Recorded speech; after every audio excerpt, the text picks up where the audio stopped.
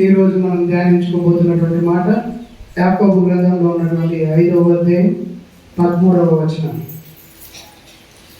యాకోబు పుస్తకం 5వ అధ్యాయం 13వ వచనం.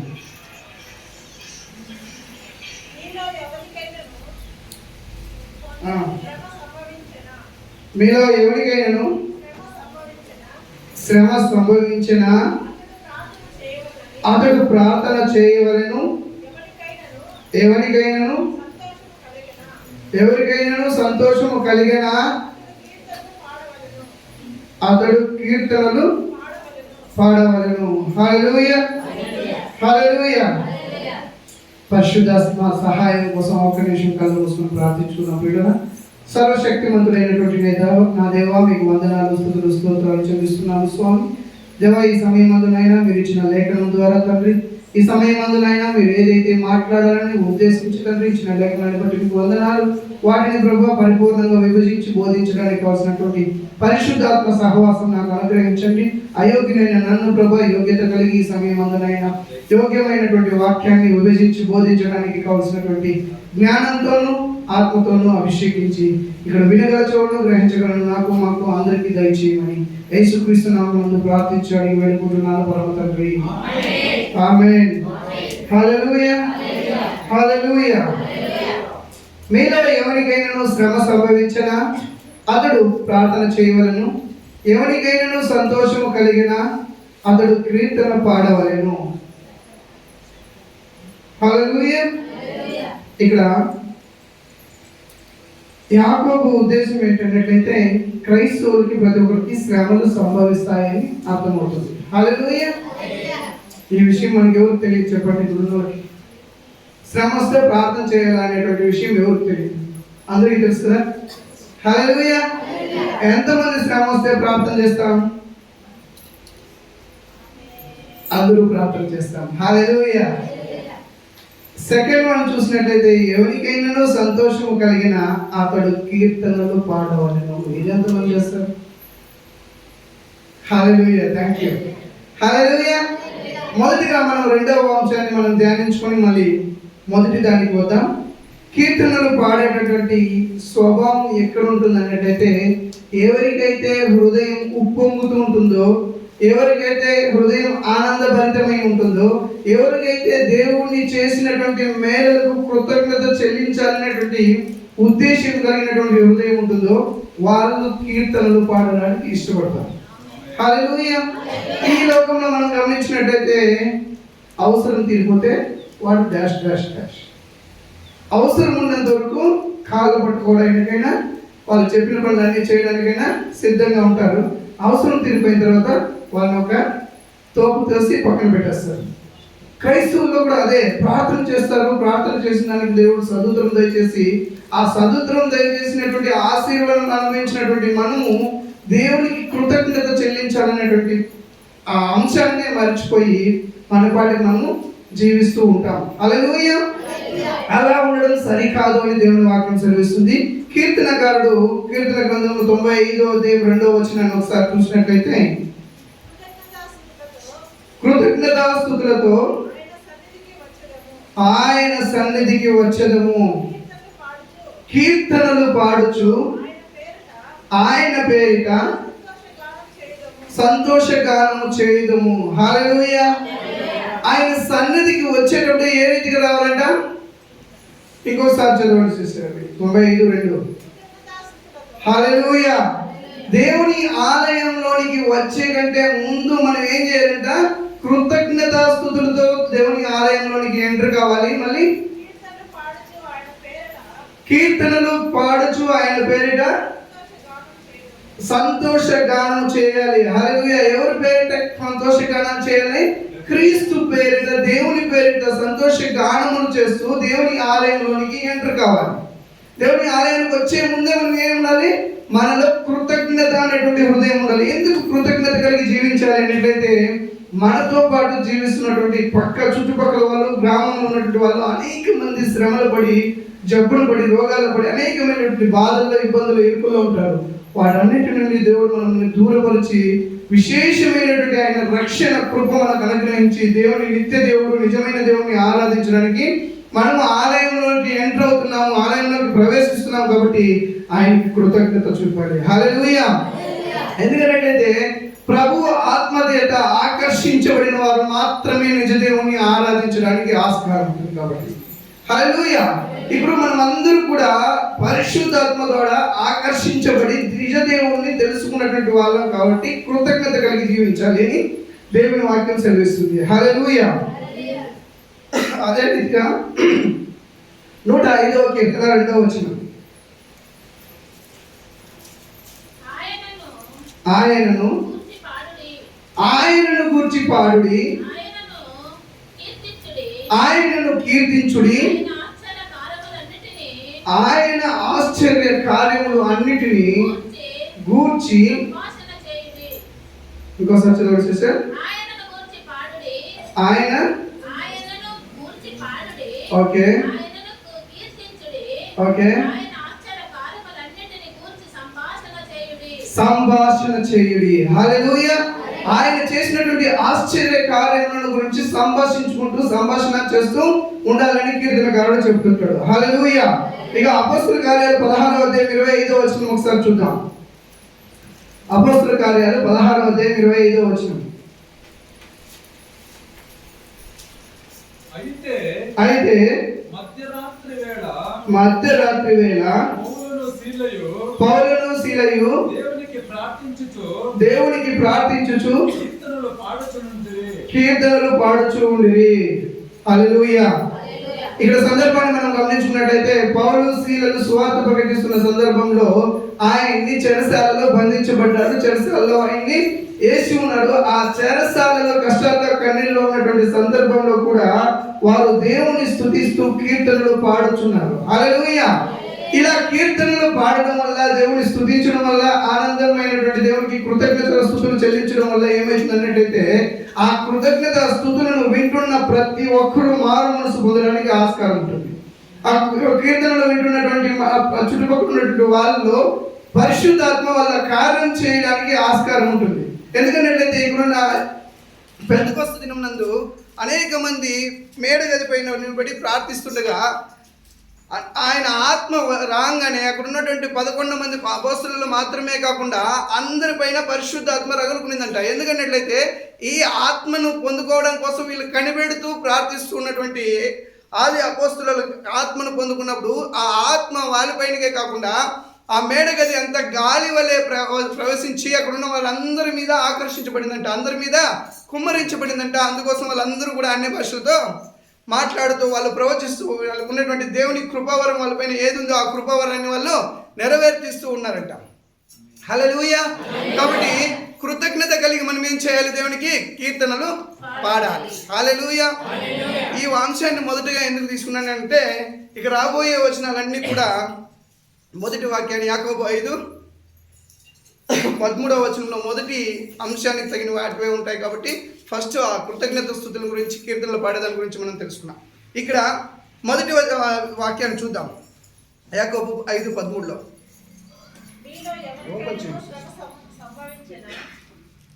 మీలో ఎవరికైనా శ్రమ సంభవించిన అతడు ప్రార్థన చేయవలెను. హల్లెలూయా.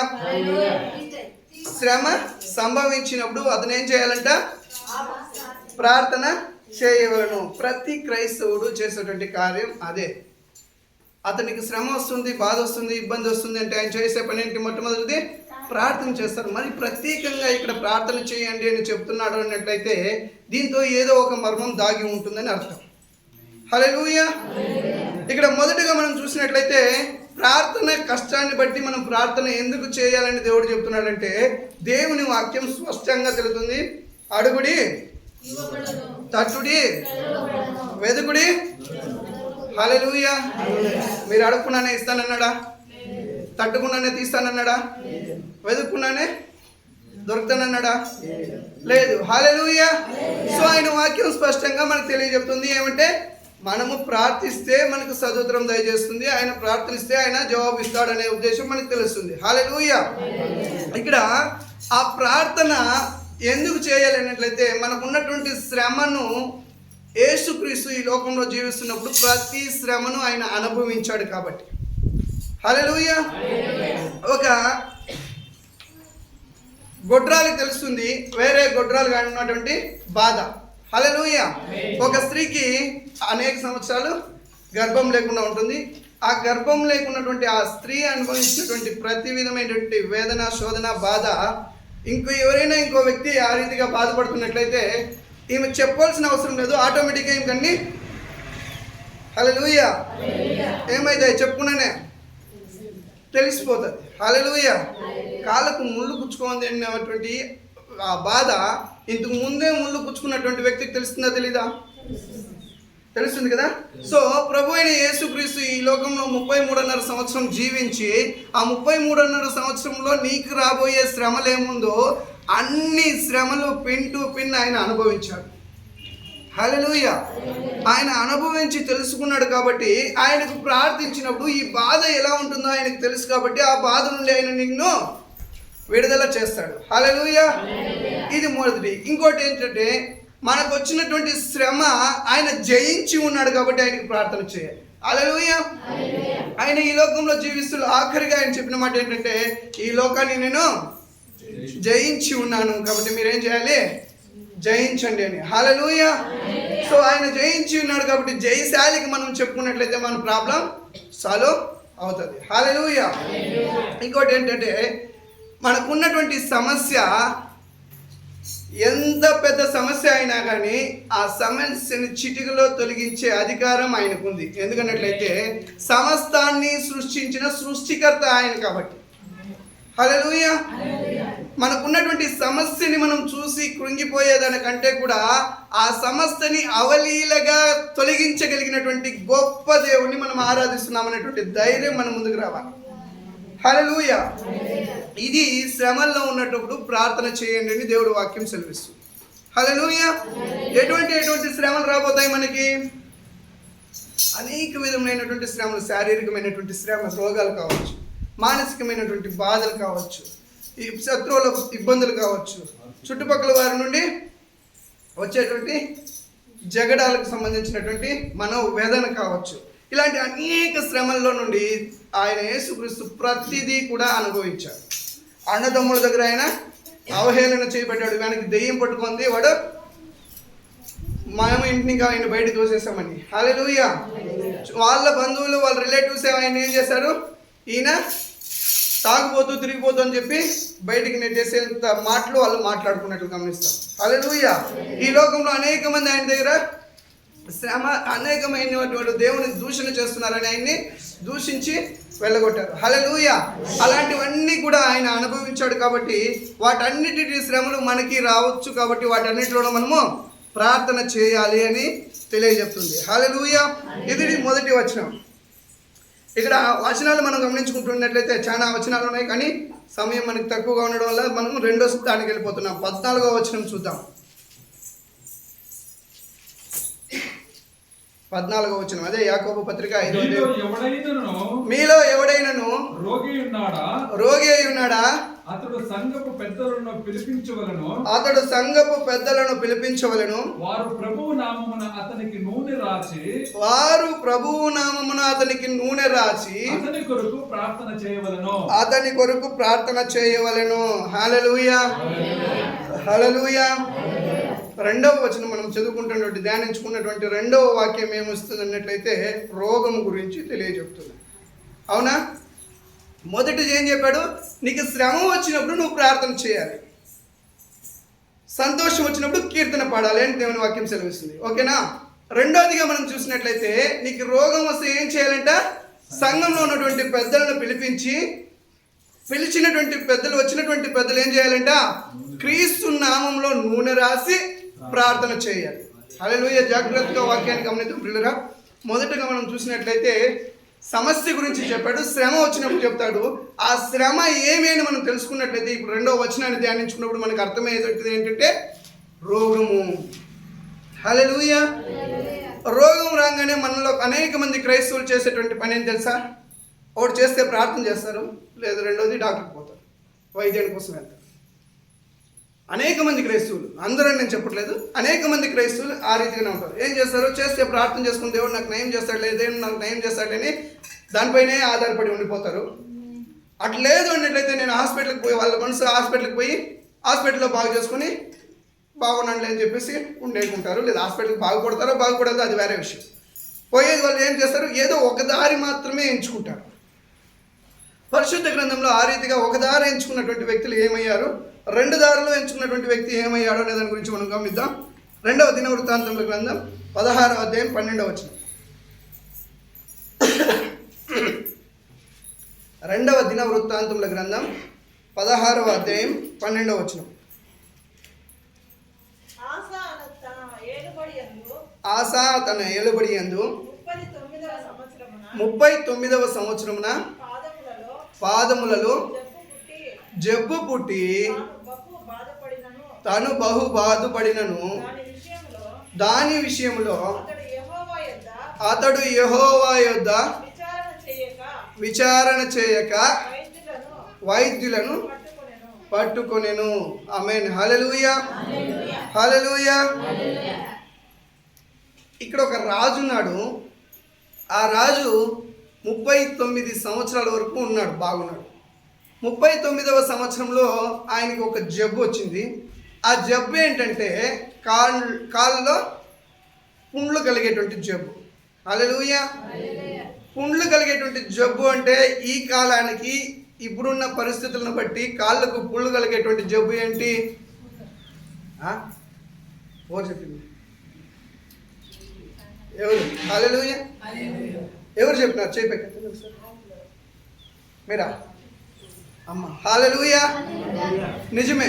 ఆ కాలంలో కాళ్ళకు పుండు పుట్టేటువంటి జబ్బు అంటే ఈ కాలంలో షుగర్ అతి మీది ఎక్కువైపోయిన తర్వాత ఫస్ట్ ఎఫెక్ట్ ఇచ్చేది ఎక్కడ తెలుసా? కాళ్ళ పైన. అమ్మకు అనుభవం, వాళ్ళ అమ్మకు అదే షుగర్ వచ్చి కాళ్ళ పైన పుండు పుట్టి మరణానికి దేవుడు దారి చూపించాడు. హల్లెలూయా. ఈ కాలంలో షుగర్ వ్యాధి, ఆ కాలంలో కాళ్ళకు పుండు వచ్చేటువంటి వ్యాధి అని చెప్పడం జరిగింది. హల్లెలూయా. సో ఈ కాళ్ళకు పుండు వచ్చినటువంటి ఈ వ్యాధి సోకినప్పుడు ఆసా అనేటువంటి రాజు ఏం చేశాడంట? యెహోవాకు ప్రార్థన చేయక అక్కడ ఉన్నటువంటి ఆ రాజ్యంలో ఉన్నటువంటి వైద్యుల అందరినీ పిలిపించి ఆ వైద్యుల పైన ఆధారపడి ఆయన వైద్యంని చేయించుకుంటూ వచ్చాడు. చివరికి ఆయన ఏమైనాడంటే మరణించడం అనేది జరిగింది. హల్లెలూయా, హల్లెలూయా. ఇక్కడ గమనించండి పిల్లరా, రోగం వచ్చినప్పుడు దేవుణ్ణి స్తుతించకుండా, దేవుని వైపు ప్రార్థన చేయకుండా, మన ఇచ్చ ప్రకారము, మనకి ఇష్ట ప్రకారము, మన అధికారం ఉంది, మనకి ఐశ్వర్యం ఉంది, మనకి డబ్బు ఉంది, మనం హాస్పిటల్కి పోతే చేయించుకుని రాగలం, అన్నింటినీ డాక్టర్ దగ్గర ట్రీట్మెంట్ మనం చేసుకోగలము అని ఉన్నటువంటి స్థితిలో ఉన్నటువంటి రాజు ఏం చేశాడు? దేవుని ఆరాధించలేదు, దేవుని ప్రార్థన చేయలేదు. డైరెక్ట్గా ఆయన ఏం చేశాడు? రాజ్యంలో ఉన్నటువంటి వైద్యులను అందరినీ పిలిపించి ఆ రోగానికి మందు కావాలని, ఆయన రోగంలో నుండి స్వస్థత పొందుకోవాలని ప్రయాసపడ్డాడు, మరణించాడు. ఇంకో వ్యక్తి ఉన్నాడు. 2వ రాజుల గ్రంథం 20వ అధ్యాయం 1వ వచనం. ఆ దినములలో హిజ్కియాకు మరణకరమైన రోగం కలగగా ఆమోసు కుమారుడును ప్రవక్తయు అయిన యెషయా అతని యొద్దకు వచ్చి, నీవు మరణం అవుతున్నావు, బ్రతుకవు గనుక నీవు నీ ఇల్లు చక్కబెట్టుకోమని యెహోవా సెలవిచ్చుచున్నాడని హిజ్కియాకు చెప్పగా. హల్లెలూయా, హల్లెలూయా. యెషయా గ్రంథంలో మనం గమనించుకున్నట్లయితే ఏం జరుగుతుందన్నట్లయితే ఇతనే అతని దగ్గరికి ఇక్కడ మరణకరమైనటువంటి రోగం ఉన్నదని యెషయా గ్రంథంలో చెప్పదు అక్కడ. నువ్వు మరణించిపోతున్నావు కాబట్టి, హిజ్కియా నువ్వు మరణించిపోతున్నావు కాబట్టి నువ్వేం చేయాలన్నట్లయితే నీ ఇల్లు చెక్కబెట్టుకో అని మాత్రం యెషయా గ్రంథంలో మనకు కనబడుతుంది. కానీ ఈ రాజుల గ్రంథంలో 20వ అధ్యాయంలో ఏం చెప్తున్నట్లయితే ఆయనకి మరణకరమైన జబ్బు కలిగెను. హల్లెలూయా, హల్లెలూయా. ఎందుకు యెషయా చనిపోతున్నాడు? హిజ్కియా చనిపోతున్నాడు. మరణకరమైనటువంటి జబ్బు కలిగింది. ఆ జబ్బు ఏమన్నట్లయితే కుష్టి రోగం. 7వ వచనాన్ని చూద్దాం. పిమ్మట యెషయా అంజూరపు పండ్ల ముద్ద తెప్పించడని చెప్పగా వారు దాన్ని తెచ్చి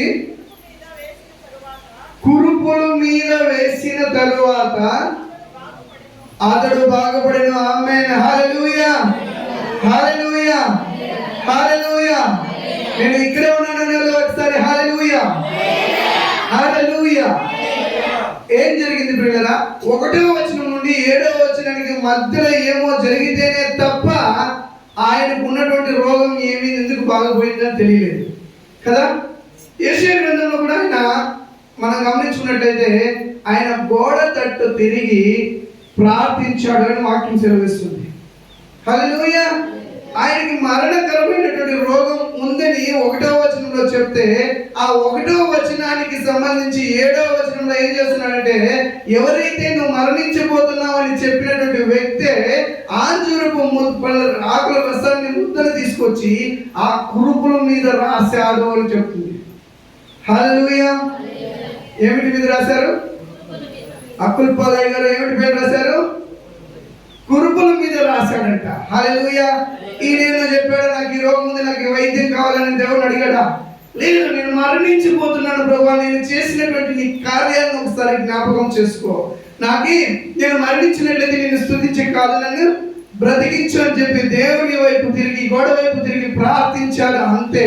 ప్రార్థించిన దానికి సదుత్తరంగా దేవుడు ఏం చేశాడు? వైద్యం చేయించాడు దేవుని దాసుని ద్వారా. హల్లెలూయా. ఈయనకి ప్రార్థన, హిజ్కియాకి కేవలం చెప్పి వెళ్ళిపోవలసినటువంటి యెషయా ఏం చేశాడంటే, తిరిగి వచ్చి ఆయనకున్నటువంటి దేవుడిని ప్రార్థన అంగీకరించాడు. తిరిగి నువ్వు 15 సంవత్సరాలు జీవించగలుగుతావు అని వాగ్దానం ఇస్తూ, ఆ వాగ్దానానికి తగ్గట్టుగా ఏం చేశాడంట, ఆంజూరపు ఆకుల ముద్దను నూరి ముద్ద చేసినటువంటి ఆ ముద్దను ఆయనకున్నటువంటి కుష్ఠరోగం కురుపుల పైన, పుళ్ళ పైన రాయడం జరిగింది. ఆమేన్. హల్లెలూయా. గమనించండి ప్రియులారా, మనకున్నటువంటి రోగాన్ని బట్టి మనం వైద్యుని నమ్ముకున్నట్లయితే మన జీవితం శూన్యం. మనకి వచ్చేటువంటి ప్రయోజనం ఏమి ఉండదు. అదే రోగాన్ని బట్టి దేవుని సన్నిధిలో ప్రార్థించినట్లయితే ఆ ప్రార్థన రోగానికి తగినటువంటి ఔషధాన్ని దేవుడే మనకి సమకూర్చి ఇస్తాడు. హల్లెలూయా, హల్లెలూయా. అనేక మంది రోగంలో ఉన్నటువంటి వ్యక్తులు, బాధలో ఉన్నటువంటి వ్యక్తులు ఆపరేషన్కి వెళ్తున్నారు. వైద్యులకే వైద్యుడు, పరమ వైద్యుడు నా తండ్రి యేసు ప్రభు. హల్లెలూయా. ఆ వైద్యులకి ధ్యానం ఇస్తాడు. ఒకసారి మనం గమనించుకున్నట్లయితే, ఒక వ్యక్తిని తీసుకుని హాస్పిటల్కి వెళ్ళినప్పుడు అనేక మంది సమయంలో మనం గమనించి ఉంటాం, నా చేతుల్లో ఏమీ లేదు, డాక్టర్ లాస్ట్ టెస్ట్లు అవి ఇవి చేసిన తర్వాత నా చేతుల్లో ఇంకేమీ లేదు, నేనేమి చేయలేను. హల్లెలూయా. ఎంతమంది తెలిసి మాట, ఎంతమంది విన్నారు? హల్లెలూయా. కానీ ఆయన చేతిలో ఏమి కాకపోతే ఇంకో చెయ్యి ఉంది మనల్ని పట్టుకోవడానికి, ఆ చెయ్యి యేసు ప్రభు చెయ్యి. హల్లెలూయా. ఎందుకంటే ఈ చేతకాని చేతుల కంటే మించినటువంటి చెయ్యి, ఆ చేతిలో నిన్ను నిర్మించుకున్న చెయ్యి ఆయనది కాబట్టి. హల్లెలూయా. అందుకే ఆయన యేసు ప్రభు చెప్తాడు, నా అరచేతులలో నిన్ను చెక్కి ఉన్నాను అంటాడు. హల్లెలూయా. డాక్టర్ వల్ల చేతకానటువంటి పని నిన్ను చెక్కుకున్నటువంటి ఆ చేతితో నిన్ను ముట్టిన వెంటనే నువ్వు స్వస్థత పొందుకుంటావు కాబట్టి. హల్లెలూయా, హల్లెలూయా. కాబట్టి ఇద్దరు వ్యక్తులను మనం గమనించుకున్నాం. ఆ ఇద్దరు వ్యక్తుల్లో ఒకడు దేవుని పైన ఆధారపడినటువంటి వ్యక్తి స్వస్థత పొందుకొని 15 సంవత్సరాల ఆయుష్ కాలాన్ని పొడిగించుకున్నాడు. ఇంకొక వ్యక్తి మనుషుల పైన, అధికారుల పైన, అతనికి ఉన్నటువంటి ధనం పైన ఆధారపడినటువంటి వ్యక్తి మరణానికి పాత్రుడయ్యాడు అని. ఇది మొదటి వచనానికి సంబంధించి. రెండోదిగా మనం గమనించుకున్నట్లయితే, నీకు రోగం ఉన్నట్లయితే ఆ రోగం ఉన్నటువంటి వ్యక్తి నువ్వు ఏం చేయాలి? సంఘంలో ఉన్నటువంటి పెద్దలను పిలిపించి నీ కొరకు ప్రార్థన చేయించుకోవాలి. ఇది రోగం ఉన్నటువంటి వ్యక్తికి సంబంధించినటువంటి విషయం. ఇక్కడే ఇంకో దెబ్బ పడుతుంది. ఆ దెబ్బ ఏంటంటే, సంఘంలో ఉన్నటువంటి పెద్దలు ఏం చేయాలని కూడా అక్కడ చెప్తుంది. ఏం చేయాలంట? రోగి ఇంటికి పోయి ప్రార్థించాలి. ప్రార్థించే కంటే ముందు ఏం చేయాలి? క్రీస్తు నామం పేరిట నూనె రాయాలి. హల్లెలూయా. ఇప్పుడు మనం గమనించుకున్నట్లయితే అనేక మంది సేవకులు నూనె ప్రార్థించి వాళ్ళకి ఇస్తున్నారు. నూనెను ప్రార్థించి వాళ్ళకి ఇస్తున్నారు. వాళ్ళు ఎక్కడ మనం గమనించినట్లయితే వాళ్ళు ఏం చేస్తున్నారంటే నూనెకి ఎక్కువ ప్రాధాన్యత ఇస్తున్నారు, దేవునికి ప్రాధాన్యత తగ్గిపోతుంది. ఇంకోటి నేను క్లియర్గా చెప్తాను, మనం చేసేటువంటి ప్రార్థన కంటే కూడా ఆ ప్రార్థనని జయము చేసేటువంటి దేవునికి మహిమ ఇవ్వాలి. మనం ఎక్కువ మనం ఏం చేస్తున్నామంటే నేను భయంకరంగా ప్రార్థన చేశాను, ఉపవాసం ఉండి ప్రార్థన చేశాను, నా ప్రార్థన దేవుడు అంగీకరించుంటాడు అని గర్వంగా మనం ఫీల్ అయిపోతూ ఉంటాం. ఆ గర్వం మనం ఎక్కడ తీసుకెళ్తుంది తెలుసా? నరకానికి దగ్గర వరకు తీసుకుంటుంది. హల్లెలూయా. మనం అనుకుంటాం ఈరోజు నేను ప్రార్థన గట్టిగా చేశాను కాబట్టి ఈ రోజుతో నాకు జయం కలుగుతుంది. హల్లెలూయా. అక్కడ ఏమిటిపై మీరు ఆధారపడుతున్నారు? మీరు చేసినటువంటి ప్రార్థన పైన మీరు ఆధారపడుతున్నారు కాబట్టి ఆ ప్రార్థన పైన మీరు ఎక్కువ శ్రద్ధ ఇస్తున్నారు, దానికి ఎక్కువ ఇంపార్టెన్స్ ఇస్తున్నారు కాబట్టి ఆ ప్రార్థన వల్ల నీకు ఏం జరగదు బిడ్డరా. ఆ ప్రార్థనను విని ఆ ప్రార్థన ద్వారా నీకు స్వస్థతను అనుగ్రహించేటువంటి దేవుని పైన మన మనసును కేంద్రీకరించాలి. హల్లెలూయా. ఇక్కడ చేయి బట్టి మనుషులు ఏంది, ఇక్కడ మనం ఏం చేయాలి తెలుసా? ఇక్కడ నాకు ఈ వాక్యం చదువుతున్నప్పుడు ఒక మహానుభావురాలు గుర్తొచ్చింది. భారత రత్న అవార్డు పొందుకున్నటువంటి ఒక క్రైస్తవ మహిళ. ఎంతమందికి తెలుసు? ఆ పేరేమో చెప్తారా? ఆమేన్. హల్లెలూయా. హల్లెలూయా. ఇక్కడ మనం ఏం చేస్తాం? సంఘ పెద్దలు ఏం చేయాలంట? ఇంకోటి, సంఘ పెద్ద అంటే ఆ లక్షణాలు కొన్ని పరిశుద్ధ గ్రంథంలో ఉన్నాయి. ఆ లక్షణాలన్నీ కొన్ని అవి ఉండాలి కంపల్సరీ. కానీ కొంతమంది సంఘ పెద్దలలో ఏముంటుంది అన్నట్లయితే క్యాలెండర్లో నా పేరు రాయలేదు, నా నంబర్ వేయలేదు, సంఘంలో ఈరోజు పరిచయం జరుగుతుంది నన్ను పిలవలేదు, ఎన్ని క్వాలిఫికేషన్స్ ఉన్నా పాంప్లెట్లో నా పేరు వేయలేదు, ఇలాంటి కొన్ని లక్షణాలు కలిగినటువంటి పెద్దలు ఉంటారు. ఇది ప్రాక్టికల్గా బైబిల్ గ్రంథంలో ఉన్నటువంటి లక్షణాలు ఉండాలంటే చాలా కఠినమైన లక్షణాలు ఉన్నాయి. అవన్నీ ఉంటే కూడా లేకుండా కూడా ఇలాంటి హెచ్చింపు కలిగినటువంటి పెద్దలు ఈ సంఘంలో ఉంటుంటారు. హల్లెలూయా. దాని ద్వారా అటువంటి వ్యక్తులు ఆ ఇంటికి వచ్చినట్లయితే అక్కడ కార్యం జరగడం అనేది దేవుని చిత్తం. అది దేవుడిని నెరవేర్చేట్లయితే నెరవేర్చచ్చు, లేదంటే వదిలేయచ్చు, ఆయన ఇష్టం. మనం ఆయన్ని క్వశ్చన్ చేయడానికి ఆస్కారమే లేదు. హల్లెలూయా. ఇక్కడ ఏం చేస్తున్నారంటే మదర్ తెరెసా ఎందుకు జ్ఞాపకం వచ్చినట్లయితే రోగం ఉన్నటువంటి వ్యక్తులకి సంఘ పెద్దలుగా ఉన్నటువంటి వీరు ఏం చేయాలంటే మనం ఏం చేయాలి? ఏం చేయాలి? గట్టిగా ఎవరెవరు అన్నం తినేసి వచ్చినారు? హల్లెలూయా. ఎవరు తినలేదా? దేవునికి స్తోత్రం. హల్లెలూయా. నిన్న తినే శక్తి ఉంటుంది కదా, ఆ శక్తితో చెప్పండి ఏం చేయాలి? ప్రార్థన చేయాలి. చేయబోయేదండి ఒకసారి. హల్లెలూయా. ఓకే. దానికంటే ముందు ఇంకో కార్యం ఉంది. వాక్యం సురేష్ గట్టిగా చదువుతారు. పిమ్మట యాకోబు గ్రంథం 5వ అధ్యాయం 14వ వచనం. రోగులు సంఘ పెద్దలను పిలిపించి రోగి ఉన్నాడా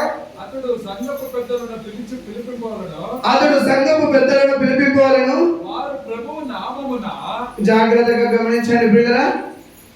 ఇందాక ప్రార్థన చేయాలి అన్న విశేషంగా జ్ఞాపకం చేసుకోండి. జాగ్రత్తగా ఇక్కడ అంగీకరించండి. వాక్యాన్ని వినండి.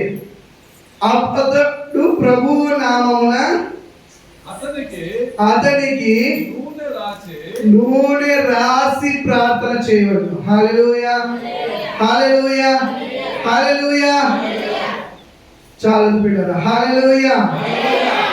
దిస్ ఇస్ హల్లెలూయా. ప్రార్థన చేసేదానికంటే ముందు నూనె రాయాలి.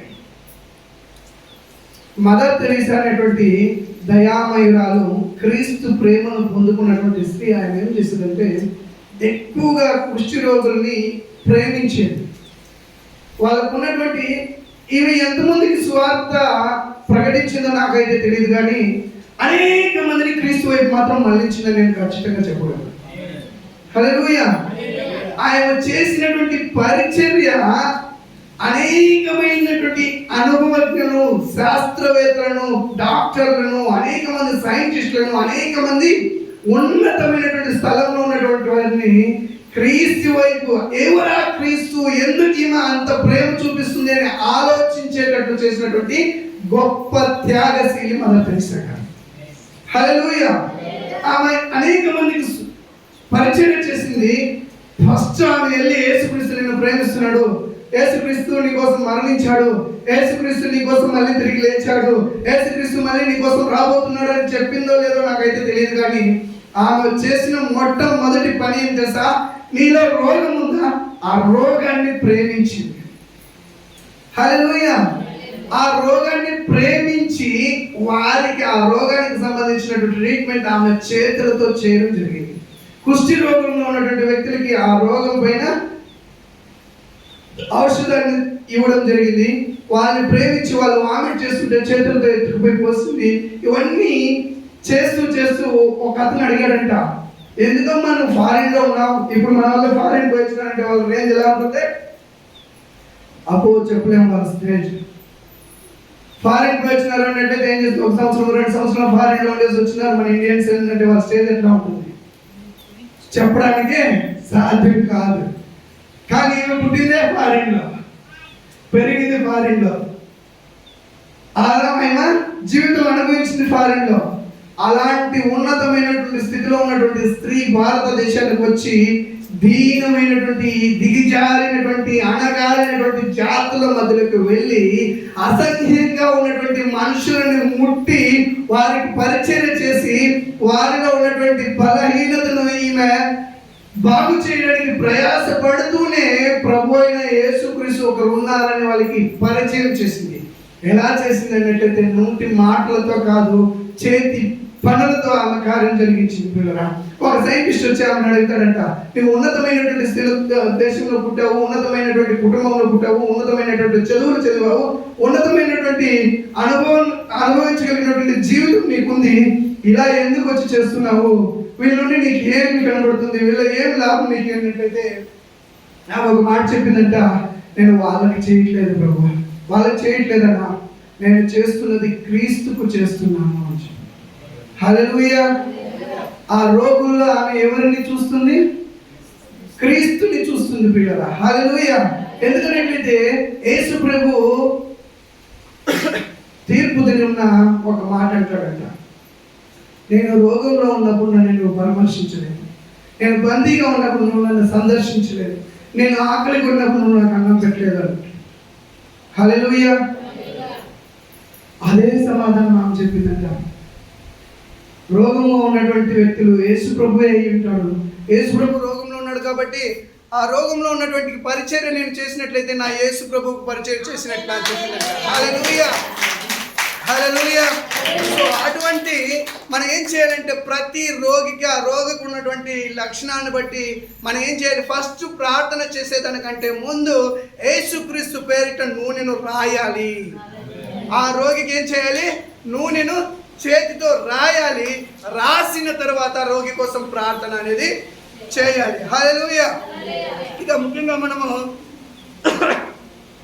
మదర్ తెరెసా గురించి మనం చూసుకున్నట్లయితే ఈ రీతిగా వస్తూ ఆమె చేసినటువంటి పరిచర్యను బట్టి ఆమెకి భారతరత్న అనేటువంటి బిరుదును ఇవ్వడం అనేది జరిగింది పిల్లరా. హల్లెలూయా.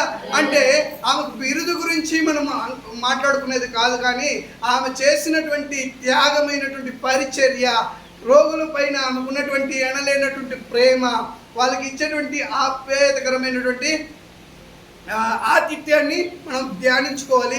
ఆ రీతిగా మనం ధ్యానించుకుంటూ ముందుకు వెళ్ళేటట్లు మనం ప్రయాసపడాలి. హల్లెలూయా. ఇక్కడ మొదటి వచనం ఏం చూసుకున్నాం? నీకు శ్రమ కలిగినట్లయితే ఏం చేయాలి? ఎవరు చేయాలి? హల్లెలూయా. దయచేసి ఇక్కడే ఉండండి, టకటకని సమాధానం చెప్పండి, టకటకని ముగించేస్తాం. ప్రార్థన ఎవరు చేయాలి? ఎవరికైతే కష్టం ఉందో వాళ్ళు ప్రార్థన చేయాలి, ఎవరికైతే రోగం ఉందో వాళ్ళు ప్రార్థన చేయాలి, ఎవరికైతే వ్యాధిదో వాళ్ళు ప్రార్థన చేయాలి, ఎవరికైతే మనోవేదన ఉందో వాళ్ళు ప్రార్థన చేయాలి. 2వ వచనంలో 14వ వచనంలో మనం గమనించినట్టు ఏం చేయాలా? సంఘ పెద్దలను పిలిపించి నీ కోసం ప్రార్థించుకోవాలి. హల్లెలూయా. రెండో స్టేజ్కి వెళ్తున్నామన్నట్టే మొదటి దీంతో. హల్లెలూయా. రెండో మెట్టు ఎక్కుతున్నామంటే మొదటి మెట్టుకు చేయించినట్లే కదా. హల్లెలూయా. నేను ఇక్కడే ఉన్నాను అనాలి ఒకసారి. హల్లెలూయా. నేను బైబిల్ చదవమన్నప్పుడు మాత్రం దయచేసి బైబిల్ చదవండి, మిగతా టైంలో నన్ను చూడండి. హల్లెలూయా. ఫస్ట్ ఏం చేస్తుంది ఇక్కడ చూడండి, నేను ఒక ఆయన గుర్తొచ్చేస్తాను. ఫస్ట్ ఏం చేస్తున్నాం, మనకున్నటువంటి శ్రమను బట్టి, మనకున్నటువంటి రోగాన్ని బట్టి, మనకున్నటువంటి బాధను బట్టి మనం ప్రార్థన చేస్తున్నాం. ఆ ప్రార్థన చేస్తున్నటువంటి మనము రెండో స్టేజ్కి వెళ్తున్నామంటే ఆ ప్రార్థన కాకుండా ఏం చేస్తున్నాము, సంఘ పెద్దలను పిలిపిస్తున్నాము అన్నట్లయితే మన స్టేజ్ ఏముంది?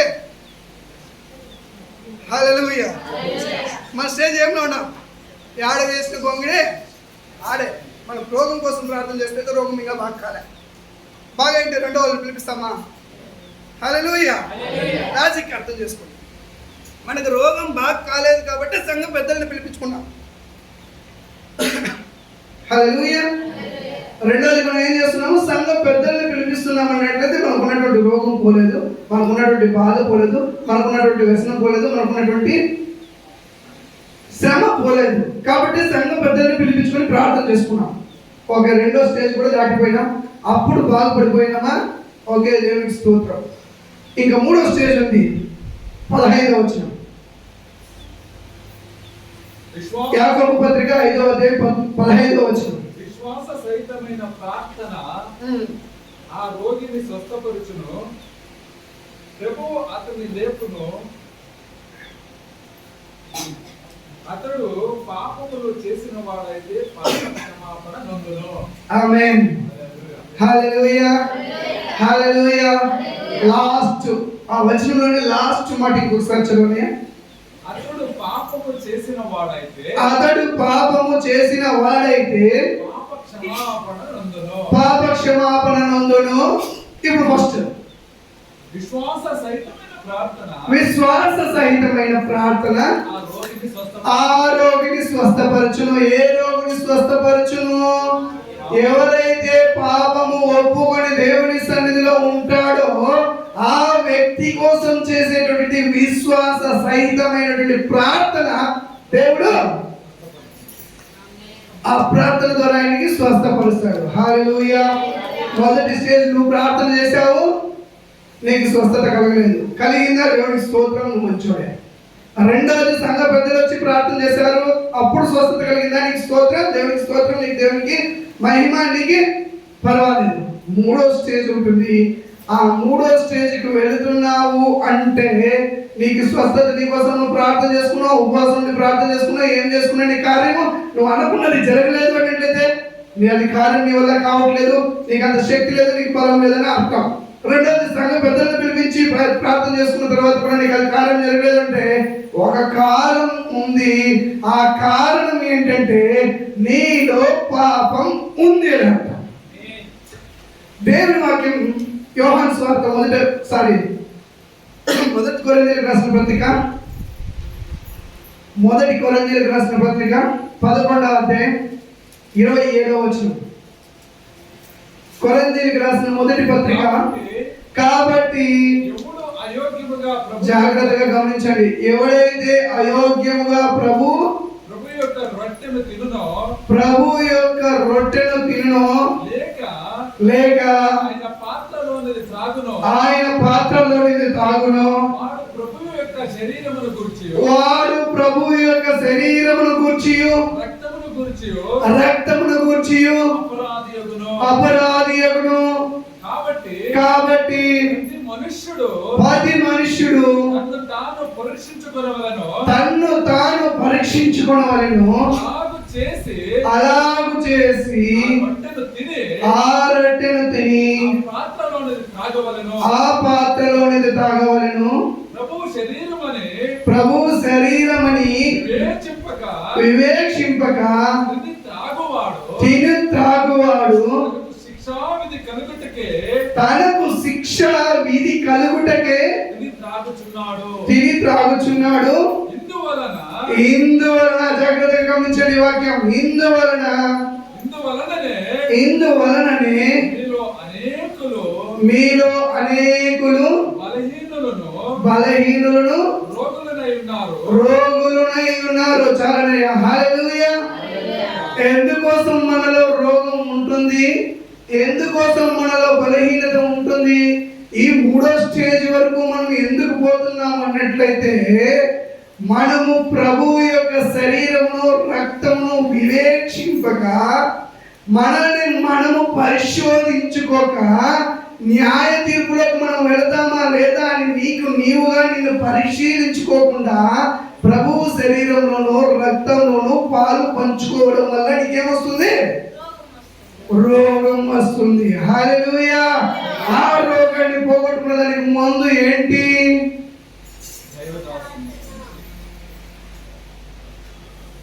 15వ వచనం మనం చదువుకున్నాం. పాపమును ఒప్పుకోవాలి. హల్లెలూయా. హల్లెలూయా. దాన్ని ఎందుకు అలా పాపాన్ని ఒప్పుకోవడానికి అక్కడ లింక్ పెట్టాడంటే, శరీరంలో రక్తంలో తీసుకునేవాడు ఏం చేస్తున్నాడంట? వివేచింపకుండా, ఆలోచించకుండా, నీ స్థితి ఏంటి, నీ పరిస్థితి ఏంటి, నువ్వు చేసినటువంటి పనులేంటి, నువ్వు చేసినటువంటి మాట్లాడిన మాటలేంటి, వాటన్నిటిని నీవు పరిశోధించకుండా, నీవు ఆలోచించకుండా ఏం చేస్తున్నావు? దేవుని సన్నిధిలో నీ పాపాన్ని ఒప్పుకోకుండా ఆయన శరీరంలోనూ రక్తంలోనూ పాలు పంచుకుంటున్నావు కాబట్టి నీవు రోగివై ఉన్నావు. హల్లెలూయా. ఇక ముందుకు చదువుకుంటూ పోయినట్లయితే అనేక మంది నిద్రించి ఉన్నారు అని చెప్తారు. ఏం జరుగుతుందంట? నిద్రించి ఉంది. నెక్స్ట్ స్టేజ్ అదే. ఫస్ట్ స్టేజ్ నీకు నువ్వుగా ప్రార్థన చేసుకున్నావు, ఓకే, నీ ప్రాబ్లం నుండి చాలా కలదంటే నీకు ఓకే, ఏమో ఉంది, సంథింగ్ ఈజ్ దేర్. రెండోది నువ్వు సంఘాన్ని పిలిపించి ప్రార్థన చేసుకున్నావు అని నీకు ఇంకా బాగా కలదంటే సంథింగ్ ఈజ్ దేర్. మూడోదిగా నువ్వేం చేస్తున్నావు? పాపాలు ఒప్పుకోకుండా దేవుని సన్నిధిలో ప్రార్థన చేయకుండా ఉన్నట్లయితే నీవు బలహీనంగానే ఉంటున్నావు. ఆ పాపాలు ఒప్పుకున్నట్లయితే నువ్వు విడుదల పొందుకుంటావు. ఆ పాపాలు ఒప్పుకోకుండా శరీరంలోనూ రక్తంలోనూ పాలు పంచుకున్నావు అంటే నెక్స్ట్ స్టేజ్ ఏంటి? నిద్రించడం. హల్లెలూయా. అలాగా ఆల్రెడీ నిద్రించిన వాళ్ళు కూడా ఉన్నారని బైబిల్ చెప్తుంది. హల్లెలూయా. సో ఇక్కడ ఏం చేయాలి? మనము దేవుని సన్నిధిలో ఆ సంఘాన్ని నుండి వచ్చినటువంటి పెద్దల ఎదుట ఏం చేయాలి? అక్కడ ఏం చెప్తుంది దేవుడు వాక్యం? 15 ఒకసారి చదువుదాం. విశ్వాస సహితమైన ప్రార్థన ఆ రోగిని స్వస్థపరుస్తుంది. ఏ రోగి? ఈ 3 స్టేజ్లు, 2 స్టేజ్లు దాటుకొని వచ్చినటువంటి రోగి విశ్వాస సహితమైనటువంటి ప్రార్థన ఆయన్ని స్వస్థపరుస్తుంది. ఎప్పుడు అన్నట్లయితే ఆయన పాపాలని ఒప్పుకున్నప్పుడు. హల్లెలూయా. హల్లెలూయా. ఆ విశ్వాస సహితమైనటువంటి ప్రార్థనకు విలువ ఎప్పుడు వస్తుందంటే, ఆ రోగి కావచ్చు, ఆ బలహీనతలో ఉన్నటువంటి వ్యక్తి కావచ్చు, ఆ శ్రమలో ఉన్నటువంటి వ్యక్తి కావచ్చు, ఆ కృంగిపోయినటువంటి వ్యక్తి కావచ్చు, ఆయనకు ఉన్నటువంటి పాపాన్ని ఒప్పుకున్నప్పుడు ఎవరైతే వెళ్ళినారో వాళ్ళ పరిశుద్ధుల యొక్క ప్రార్థన దేవుడు వింటాడు. హల్లెలూయా. అంతకంటే ముందు నువ్వు ఎంత గిగ్గరలో పెట్టినా అయ్యగారు మన చెప్పినప్పుడు కొంగలు పెట్టడం ఏమో చెప్పాడు. హల్లెలూయా. హల్లెలూయా. ఎంత ముక్కు పిండుకున్నాడు నీ ప్రార్థనకి జవాబు రాదు. నువ్వు పరిశుద్ధుడే, నువ్వు దేవునికి భయపడేటువంటి వ్యక్తే, పెద్ద సంఘం కలిగినటువంటి వ్యక్తే, అనేక విశ్వాసాలు వేల మంది నీలో ఉంటారు. కానీ ఆ రోగి స్వస్థత పొందుకోవాలంటే ఏం చేయాలి? పాపాన్ని ఒప్పుకోవాలి. అప్పుడు నీ ప్రార్థనకి జవాబు దొరుకుతుంది. ఎలాంటి పాపాలు ఒప్పుకోవాలి? ఫర్ ఎగ్జాంపుల్ నేను ఒక మాట చెప్తాను. ఒక కుటుంబానికి 5 మంది, దయచేసి టైం చూసుకోవాలండి ఎవరు. హల్లెలూయా. కన్ఫ్యూజ్ కొంచెం ఫాస్ట్ అయిపోతాం. హల్లెలూయా. ఏం జరుగుతుందంటే, ఒక కుటుంబానికి ప్రార్థన కోసం సంఘ పెద్దలు విన్నారు. సంఘ పెద్దలు ఒక 5 మంది పోయినారు. సంఘ పెద్దలు 5 మంది పోయినప్పుడు ఆ విశ్వాసి పాపాత్ముడే, పాపం ఉన్నటువంటి వ్యక్తి ఆయన దగ్గరికి ఈ వాక్యం చెప్తారు. నీ పాపం ఒప్పుకున్నట్లయితే దేవుడు నేను విడుదల కలుగజేస్తాడు. ఆ ప్రార్థన ఆయన చెప్తాడు, అవును నేను నిజంగా ఒక పాపం చేశాను, ఆ పాపం దేవుని సన్నిధిలో నేను ఒప్పుకుంటున్నాను. ఇక్కడ ఏం చెప్తున్నాడు? ఒకరికొకరు వాక్యం చదువు 16 వచ్చింది. యాకోబు 5:16 మీ పాపములను వాటి గట్టిగా చదువు.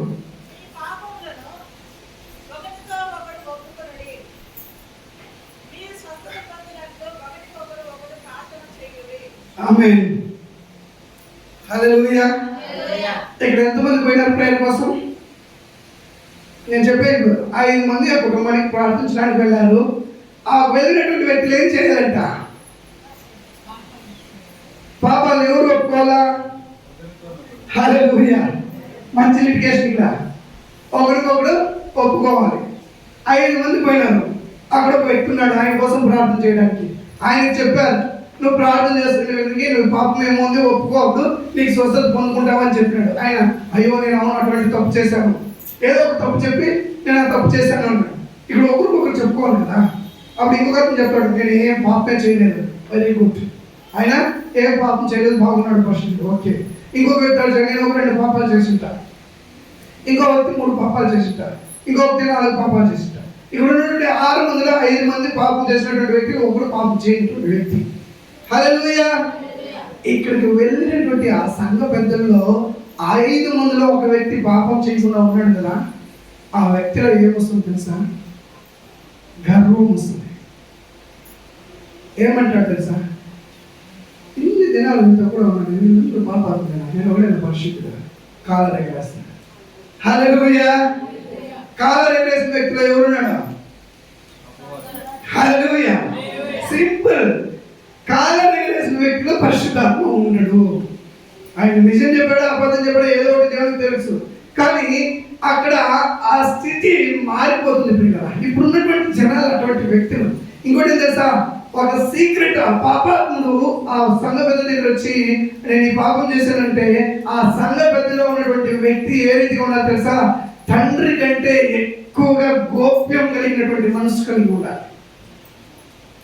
ఆయన చెప్పిన మాటను ఆయన హృదయంలో, ఆయన కడుపులో భారంగా మోసేటటువంటి భారం కలిగినటువంటి వ్యక్తిగా ఉండాలి. లేదన్నట్టయితే ఆ సంఘం ఆ రోగి సంఘానికి దూరం అయిపోతాడు, ప్రభువుకు దూరం అయిపోతాడు. ఎలా అంటారా? ఆ భారం లేనటువంటి సంఘ పెద్ద దగ్గర ఆయన చేసినటువంటి పాపాన్ని ఒప్పుకుంటే ఆ సంఘ పెద్ద భారం లేనటువంటి వ్యక్తి ఏం చేస్తాడు తెలుసా? ఇంకొక వ్యక్తి దగ్గర చెప్తాడు, ఇంకొక వ్యక్తి దగ్గర చెప్తాడు. అలా చెప్పి ఆ విశ్వాసాన్ని పోగొట్టేస్తాడు. హల్లెలూయా. ఇంకా 2 పాపాలు చేసినటువంటి వ్యక్తిని చూసి 3 పాపాలు చేసినటువంటి వ్యక్తి ఈర్ష్యపడతాడు. ఈర్ష్య ఎవరికి సంబంధించింది? అపవాదికి సంబంధించింది. 3 పాపాలు చేసినటువంటి వ్యక్తిని చూసి 2 పాపాలు చేసినటువంటి వాడికంటే నేను బెటర్ అంటాడు. 5 పాపాలు చేసినటువంటి వ్యక్తిని చూసి 2 పాపాలు చేసినటువంటి వ్యక్తి నేను బెటర్ అంటాడు. సో నాకు తెలిసినంత వరకు నీ పాప క్షమాపణ ఎవరిస్తారు? దేవుడు ఇస్తాడు కదా. So best. ఇక్కడ వచ్చినటువంటి సంఘ పెద్దలతో ఒక మాట చెప్పండి, నేను పాపం చేశాను, అవును ఒప్పుకుంటున్నాను. ఆ పాపం ఏమి అనేది దేవుని సన్నిధిలో ఒప్పుకోండి. హల్లెలూయా. ఎందుకంటే మనసి స్వభావం అటువంటిది కాబట్టి ఒకరికొకరు ప్రార్థన చేసుకోవడానికి సంబంధించినట్లయితే ఓకే. ఇలాంటి పాపానికి సంబంధించిన విషయంలో నిన్ను నువ్వు తగ్గించుకుని వాళ్ళ దగ్గర చెప్పినప్పుడు వాళ్ళలో హెచ్చించి వచ్చేటువంటి స్వభావం ఉంది. వాళ్ళ హెచ్చింపు వచ్చి వాళ్ళు దేవుడికి దూరమయ్యే స్వభావం ఉంది. తద్వారా నీవు కూడా దేవుడికి దూరం అయిపోతావు. ఎందుకంటే ఆ కడుపులో దాచుకునేటువంటి మాతృత్వం కానీ, కడుపులో దాచుకునేటువంటి తండ్రి స్వభావం కానీ లేనటువంటి సంఘ భద్రతతో మనం జాగ్రత్త కలిగి జీవించాం. హల్లెలూయా. హల్లెలూయా. అప్పటికి ఇప్పుడు ఏం జరుగుతుంది? అక్కడ వాళ్ళతో చెప్పుకున్నాం, స్వస్థత పొందుకోలేదు అనేది ఒకరికొకరు ప్రార్థన ఒకరిగా ఒప్పించుకోవాలి. ఆ సంఘ భద్రత ఏ రీతిగా ఉండాలి? ఒకరికొకరు ఆ పాపాలను చెప్పుకొని ఒప్పుకొని ప్రార్థన చేసుకుని దానికి వదిలిపెట్టాలి. ఆ సంఘ పెద్దలు ఏ రీతిగా ఉండాలనేటైతే ముందాకలిగి వాళ్ళ హృదయంలో ఆ బాధను వాళ్ళు చేసినటువంటి పాపాన్ని దాచిపెట్టుకుని వాళ్ళ కోసం ప్రయాసంతో ప్రార్థన చేసే వ్యక్తులుగా ఉండేటటువంటి వ్యక్తులతో మనం ఆ రీతిగా చెప్పుకోవాలి. హల్లెలూయా. ఒకరికి ఒకరు పాపాలు చెప్పుకోవడం వాళ్ళకి ఏం జరుగుతుందంటే గర్వం కలిగి అక్కడ ఉన్నటువంటి వ్యక్తుల్లో వాళ్ళే దేవునికి దూరంగా అయిపోయేటువంటి పొజిషన్ వస్తుంది. హల్లెలూయా. ఇది ఒక రోగి గురించి యాకోబు గారు వివరించినటువంటి వచనాలు. ఇక 17వ వచనం చూద్దాం. యాకోబు 5:17. ఏలియా మన వంటి స్వభావము గల మనుషుడే వర్షింపకుండానట్లు అతడు ఆసక్తితో ప్రార్థన చేయగా 3.5 సంవత్సరముల వరకు భూమి మీద వర్షింపలేదు. ఆమేన్. హల్లెలూయా. హల్లెలూయా హల్లెలూయా హల్లెలూయా హల్లెలూయా హల్లెలూయా. ఈ వచనాలు మనం 13 నుండి 16వ వచనం వరకు చూసినట్లయితే ఒక రోగి ఆ స్టేజ్ను బట్టి విడుదల పొందుకోవడానికి, స్వస్థత పొందుకోవడానికి విషయాల గురించి ఇక్కడ చెప్పుకుంటూ వచ్చారు. ఇక్కడ 17, 18, 2 వచనాలు దీనికి భిన్నంగా చెప్తున్నాడు.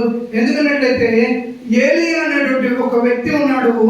ఆయన కూడా నీలాగా నాలాగా మనిషే. నీ స్వభావం ఏముంటుందో అదే స్వభావం ఆయనకి ఉంది. నీవు ఏం తింటావో అదే రీతిగా ఆయన కడుపుకు భోజనం బతికేటువంటి వ్యక్తి. కానీ అటువంటి వ్యక్తి ఒక ప్రార్థన చేసి వర్షాన్ని ఆగిపో అనగానే 3.5 సంవత్సరం ఆగిపోయింది. ఎలా జరిగింది పిల్లరా? ఎందుకు జరిగింది? హల్లెలూయా. శ్రద్ధగా ఈ వచనాన్ని ధ్యానించుకుంటూ ఇంటిలో ఈ వాక్యం కోసం ప్రార్థిస్తూ ఉండండి. దేవుడి చిత్తమైతే మళ్ళీ ఈ వాక్యాన్ని మనం కంటిన్యూ చేద్దాం. ఎందుకంటే నాకు ఇచ్చిన సమయం 1 అవర్ తీసుకునేసాను. హల్లెలూయా హల్లెలూయా హల్లెలూయా. వాక్యం అర్థమైంది అని ఒకసారి హల్లెలూయా. వాక్యం అర్థమైంది అని ఒకసారి హల్లెలూయా. అర్థమైందా? అర్థం ఆఫ్. హల్లెలూయా హల్లెలూయా. దేవుడి మాటలు దీవించుగాక. మళ్ళీ ఒకసారి ధ్యానించుకున్నాం పిల్లల.